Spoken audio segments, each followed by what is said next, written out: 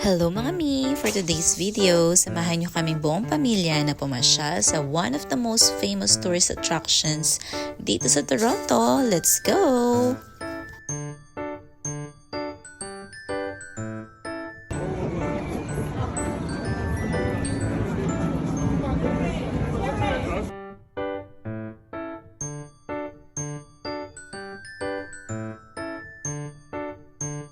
At ito na nga mga mi, pagsakay namin ng elevator, grabe, ang bilis, ramdam ko na talaga yung pag-akit namin sa taas.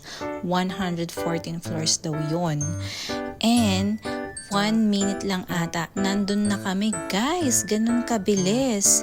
Sobrang nalula yata ako, pero itong si baby, look at her.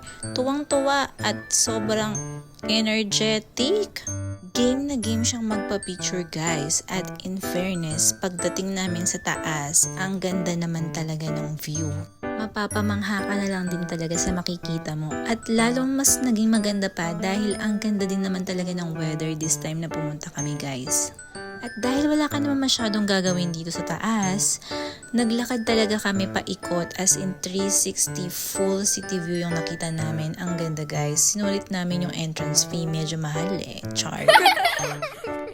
At in fairness, as a tourist, masasabi kong sulit naman ang time mo na pumunta dito sa CN Tower. Mag-i-enjoy ka talaga sa view na makikita mo sa taas. At dahil nagutom na nga ang mga person, bumaba na kami guys.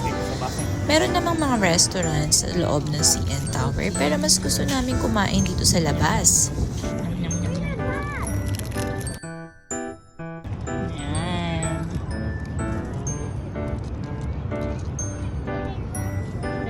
At dahil tulog na ang bata batuta, maglalaro naman ang mga matatanda. Char! Grabe, napakaharot namin dyan ni Papi Will mga mi. Feeling mga dalagat binata. So yun lang, Kitex, bye!